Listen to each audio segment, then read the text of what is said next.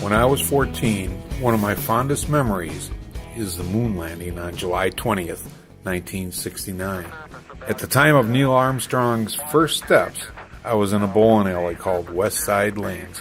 I was not old enough to be in the bar where the TV was located, but the lanes connected to the bar with a window and we could see from there. When these famous words were heard, I'm going to step off the limb. That's one small step for man, one giant leap for mankind. the place went crazy. Granted, it was about 11 o'clock on a Sunday night.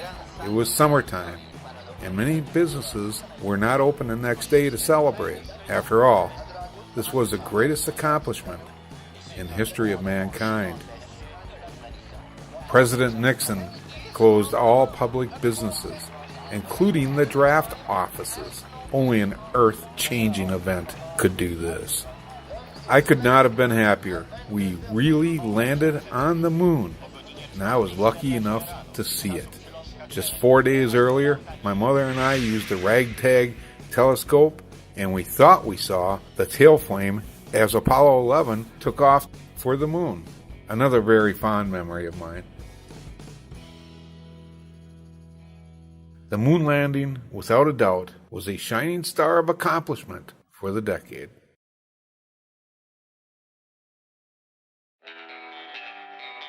This was the late 1960s. I was days away from my 15th birthday.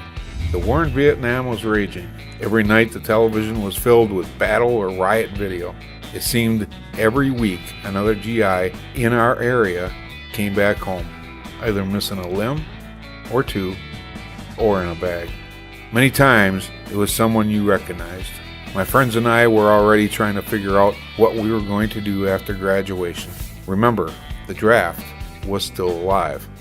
Those who did not follow the rules of the draft were arrested and thrown in jail. I have asked the commanding general, General Westmoreland, what more he needs to mounting aggression.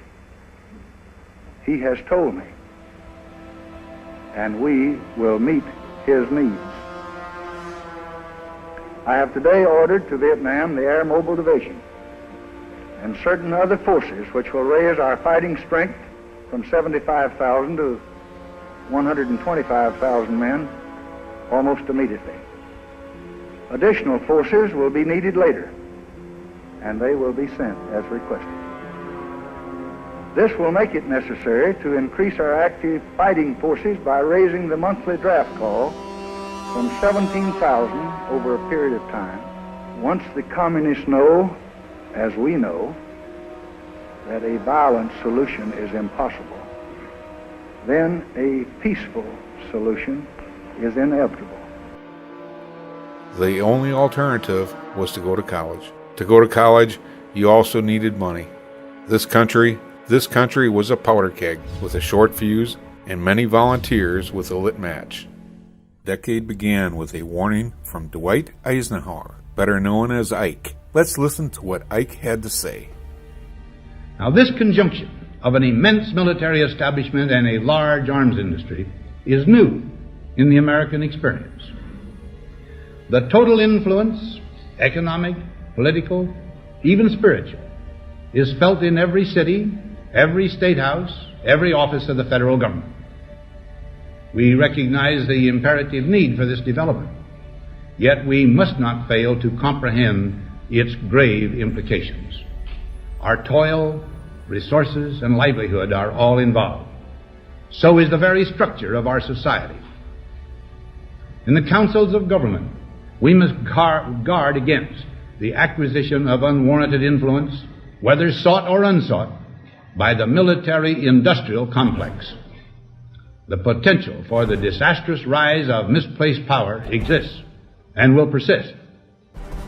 We must never let the weight of this combination endanger our liberties or democratic processes. We should take nothing for granted.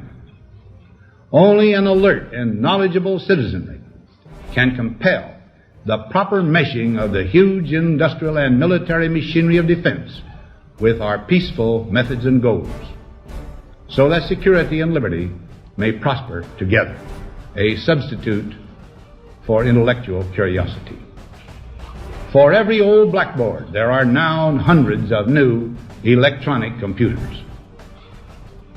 The prospect of domination of the nation's scholars by federal employment, project allocations, and the power of money is ever present and is gravely to be regarded. Yet in holding scientific research and discovery in respect, as we should, we must also be alert to the equal and opposite danger that public policy could itself become the captive of a scientific, technological elite. Ike warned us the citizens of the military-industrial complex. Let's take a look at what Wiki has to say about it. The military-industrial complex, MIC, is an informal, and I repeat, informal alliance between a nation's military and the arms industry which supplies it, seen together as a vested interest which influences public policy.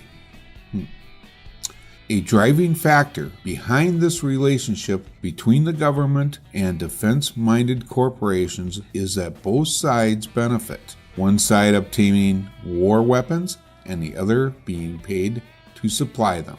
Now this is a recipe for disaster. It is obvious Ike was warning us of oncoming danger. One other thing he said caught my attention. He said while holding scientific research and discovery in respect, as we should, we must be alert to the equal and opposite danger that public policy could itself become the captive of a scientific technological elite. Not only was he warning of unnecessary future wars because of the greed money can produce, he was also warning us to hold scientific research accountable. I feel the key word he used was captive.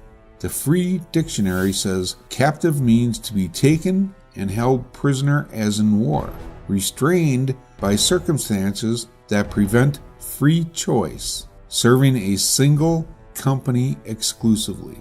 It is interesting to me, Dwight Eisenhower, a two-term president, winning both elections by a landslide, who held the love of the citizens, which he would, in his last days of power, warn the people he also loved, the fox is in the henhouse, because nobody is watching or nobody cares. And that nobody, folks, is us. On September 12, 1962, President John F. Kennedy made a famous speech at Rice Stadium. Let's listen to parts of that speech. But why, some say, the moon? Why choose this as our goal? And they may well ask, why climb the highest mountain? Why, 35 years ago, fly the Atlantic? Why does Rice play Texas? We choose to go to the moon. We choose to go to the moon.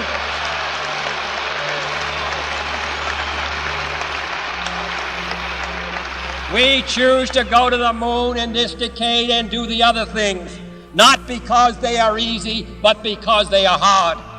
Because that goal will serve to organize and measure the best of our energies and skills.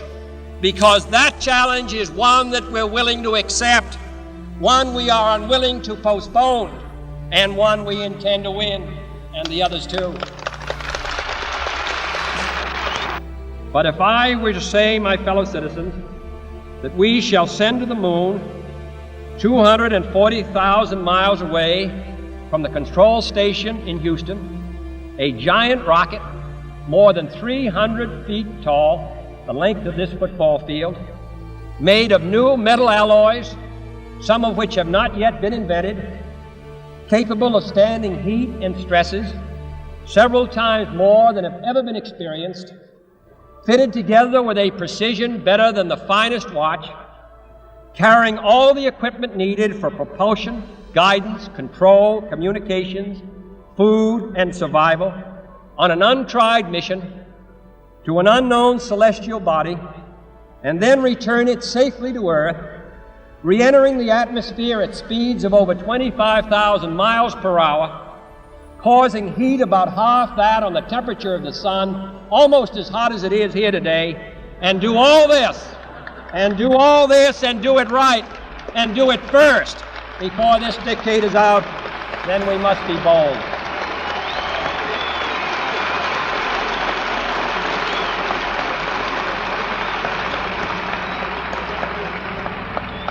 I'm the one who's doing all the work, so we're just going to stay cool for a minute. However, I think we're going to do it. And I think that we must pay what needs to be paid. I don't think we ought to waste any money, but I think we ought to do the job. And this will be done in the decade of the 60s. It may be done while some of you are still here at school at this college and university. It will be done during the terms of office of some of the people who sit here on this platform. But it will be done. And it will be done before the end of this decade. And I am delighted that this university is playing a part in putting a man on the moon as part of a great national effort of the United States of America.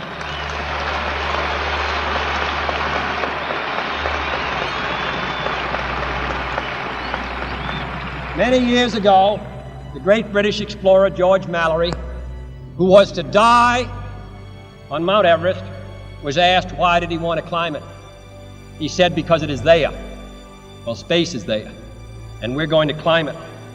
And the moon and the planets are there. And new hopes for knowledge and peace are there.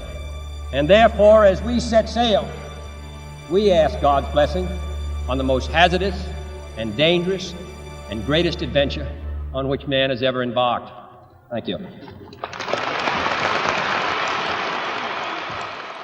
A moving speech, to say the least. From the time of this speech, most Americans could not get enough of space. The manufacturing of space toys went through the roof. People were using space as a theme for their style of dressing. Anytime a manufacturer associated their product with the exploration of space, it added the feeling of quality to the customer. Here are some short clips I found in a Frigidaire commercial. Now to put the finishing touches on the dessert for Susan's party this afternoon. Not too surprising for this day and age, little space capsules of ice cream and cookies, topped with a cherry and a little candle. They'll keep frozen until ready for the party in the freezer portion of her refrigerator. No frost ever here. Now, out to play, young lady. They say the space voyager will create his own environment of carefully determined temperature. But even those who stay at home on Earth can select their favorite indoor weather all year round. In space, they keep the sub-zero temperatures outside the capsules. But here in this new food freezer, cold temperature is welcome, and the zero zone inside keeps the frozen food safe. Dessert time at the party next door. All right, Susan, you can be the delivery lady from Mars with a cargo of ice cream capsules. Capsules you can eat and space music with a beat for the young generation home from a far-out party of their own. But Mother has learned to keep plenty of refreshments on hand to meet their earthly needs.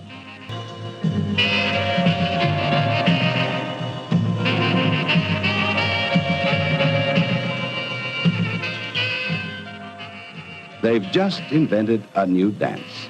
It's called Walk in Space.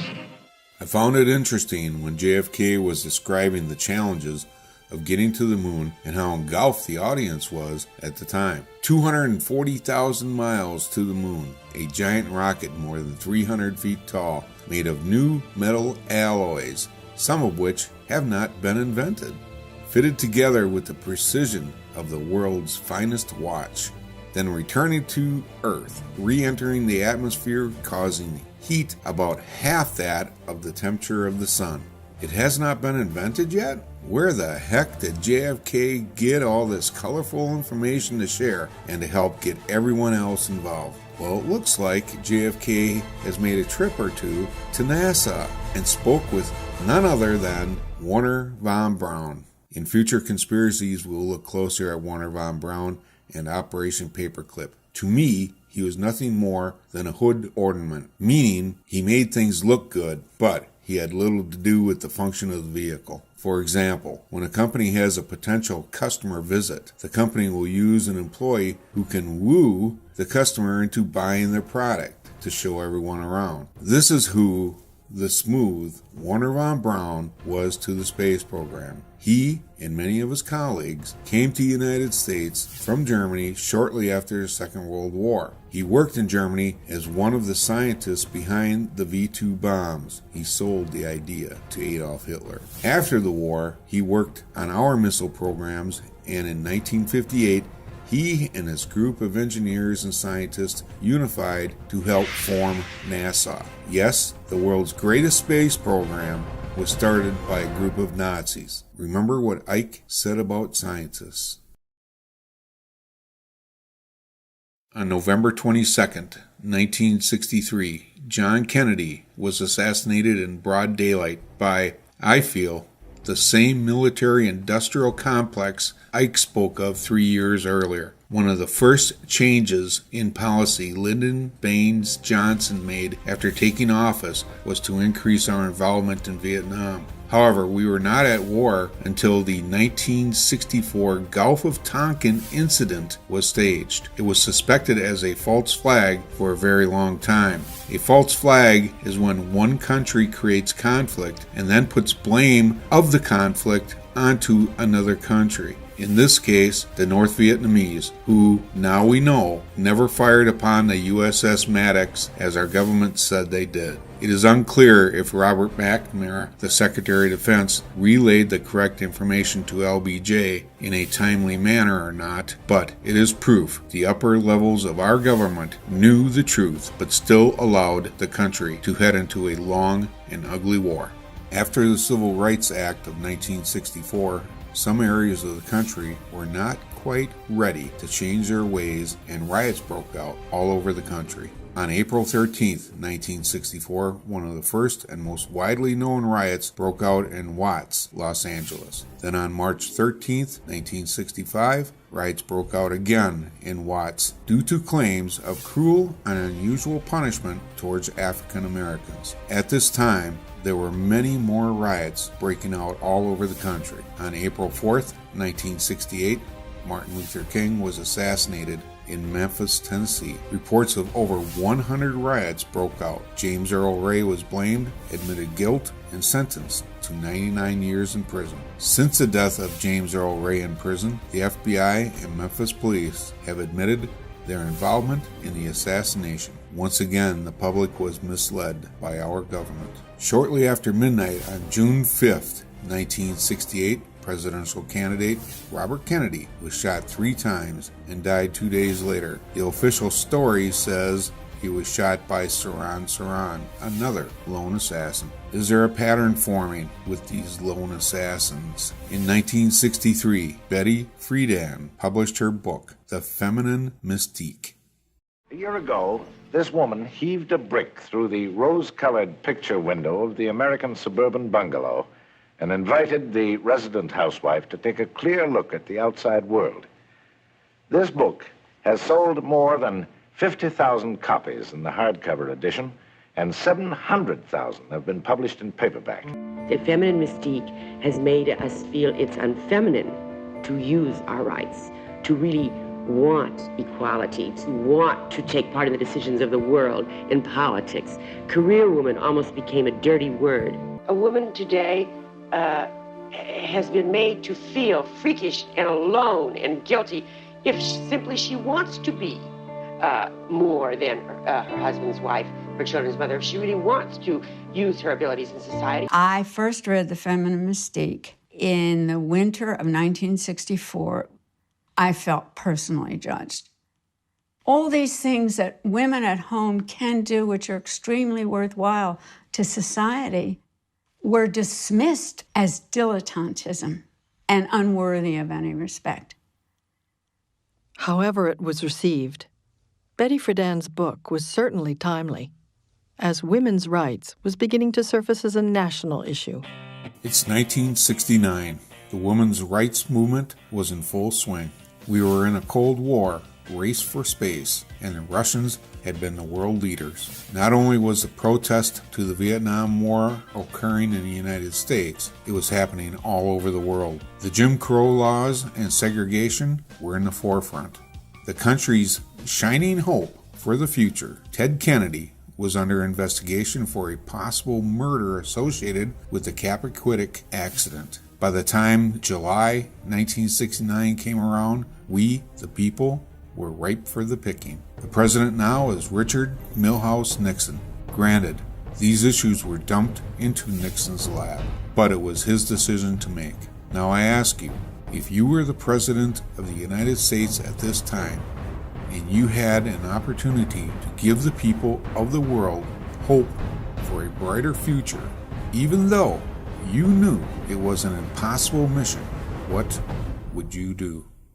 Growing up, I was engulfed into the entire space program. I can remember the picking of the Mercury astronauts. I read every article I could find. When something space was on television, I made sure I was home to see it. I can thank Disney for much of my space education. I will get into Disney's involvement in later conspiracies. I know my family was into it too, and in school we talked about it a lot.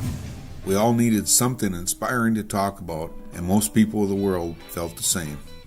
So, could the moon mission have been faked to help heal the world for one reason? Yes, in my opinion, this is just what occurred, but for other reasons also, we will discuss in the future. The moon missions were to last another 3 years. This could also do well at re-election time for President Nixon. I am not a crook. Other than the motivational reasons we just reviewed, here are a few of my favorite bits of evidence I feel prove we never went to the moon. After the alleged moon landing by Apollo 11, astronauts Neil Armstrong, Edwin Buzz Aldrin, and Michael Collins made a world tour. During this world tour, they gave away moon rocks to the countries they visited. It appears they gave a very special moon rock to the Netherlands. In 2009, the rock was inspected, and it turned out to be petrified wood. Yeah, it is possible someone planted petrified wood in their Santa's bag of rocks, but highly unlikely. During their moon landing tour, they gave away rocks to more than 100 other countries. I find it interesting. No other country they gave rocks to had theirs tested. After all, it could be proven it came from somewhere other than Earth. That would end all the controversy, or at least chill it down some. But no other country has tested a rock to date, or at least reported the findings. Could it be they are afraid of what they may find, or what they will do with the results? At 10 a.m. Central Daylight Time, August 12, 1969, the Apollo astronauts held their first press conference. They were released from quarantine just 2 days earlier. They were very well rested after spending just over 2 weeks being not real busy. Let's take a quick look at that conference.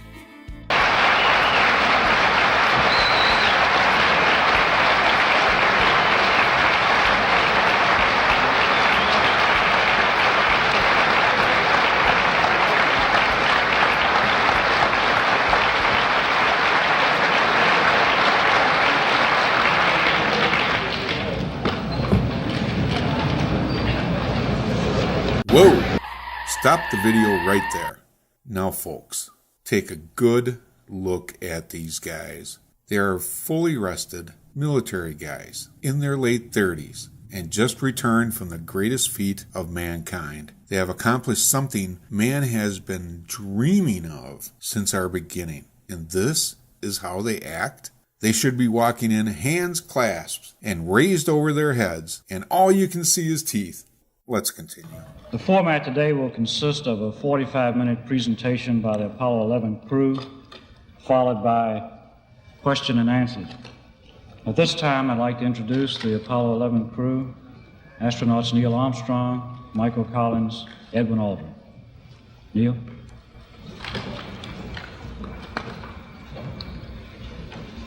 It was our pleasure to have participated in one great adventure.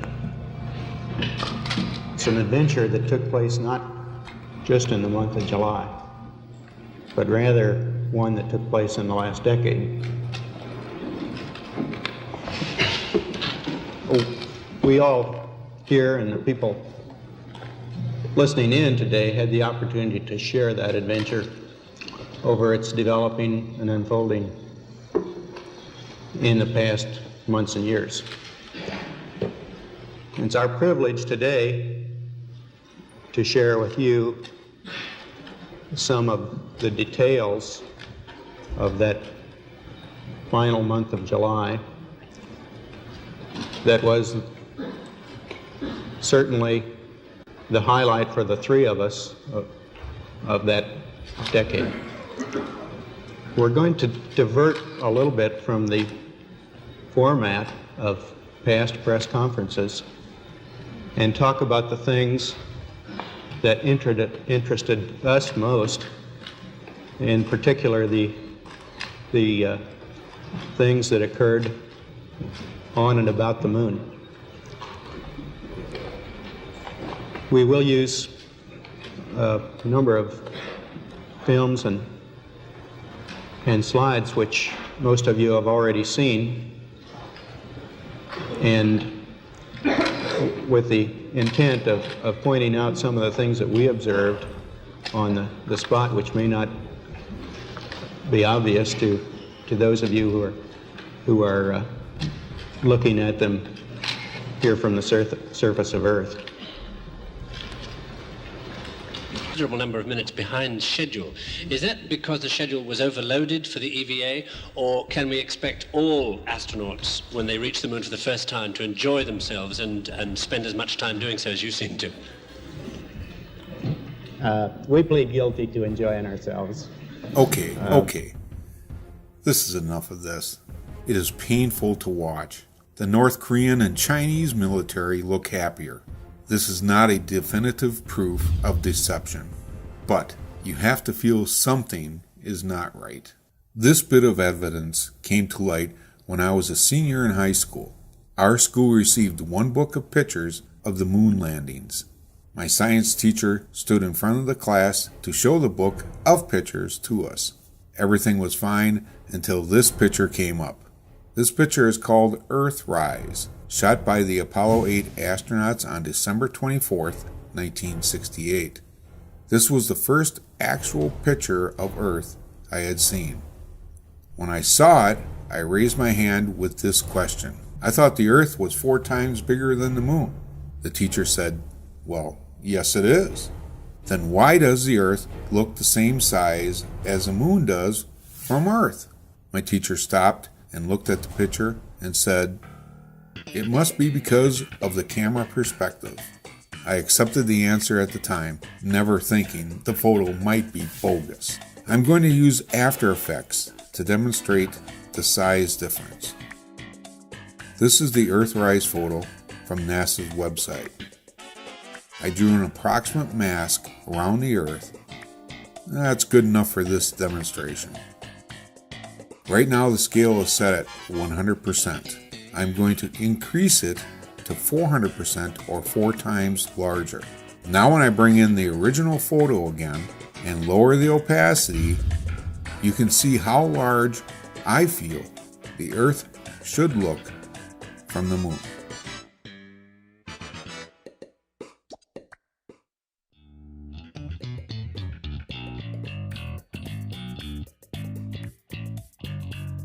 Okay, one more piece of evidence.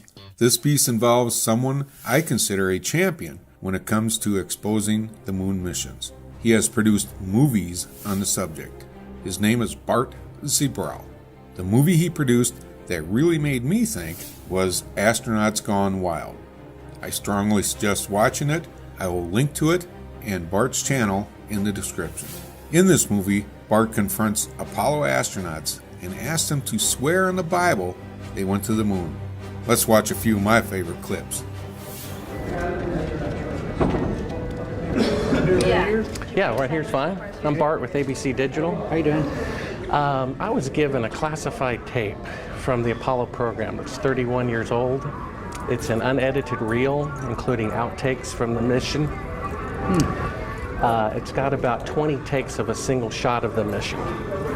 What mission? Apollo 11. Yes. And the photography is being forged in the mission. They're faking a shot of being halfway to the moon.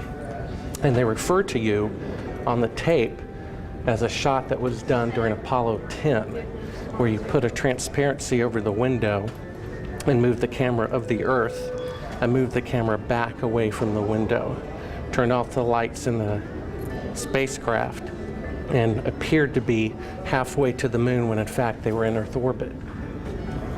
Huh, really? Yeah, and they said it was the same way that you did it on Apollo 10. So we wanted to give you the opportunity to put your left hand on the Bible, to raise your right hand, to swear to God. Stick it in your ear. Well, you were giving you an opportunity to swear to God under oath that you walked on the moon. I don't do that kind of thing. Well, if you really walked on the moon, what's the problem of swearing to God that you did? Do you believe in God? You want me to knock you in the head? Well, I want you to swear to God on the Bible that you walked on the moon. Okay. If you walked on the moon, we're given the opportunity to swear to God that you walked on the moon. I'm going to give you the opportunity to get the hell knocked out of you if you don't leave me alone. You have the opportunity to have $5,000. The meeting is not open. Well, you have $5,000 cash. You can give it to charity if you swear on the Bible that you walked on the moon. Please I have give the it to tape. charity. It'd be fine. Why don't you swear to? Why not? Why won't you do it? So why don't you put your hand on the Bible and swear to God that you walked on the moon? Mr. Seibel has made a fool of himself in front of the world. Mr. Seibel, you do not deserve answers. When it comes to the astronauts, I am torn in my feelings. On one hand, I feel sorry for them, having to live a lie. On the other hand, they were my childhood heroes. Alan Bean, John Young, Neil Armstrong, Buzz Aldrin, even the Mercury guys, John Glenn, Alan Shepard, Gus Grissom, all those guys. They did give a young man something to think about, and now I know it was a lie. Thank you for watching. I hope this video inspires you to do research and conclude your own answers. Until next time, peace.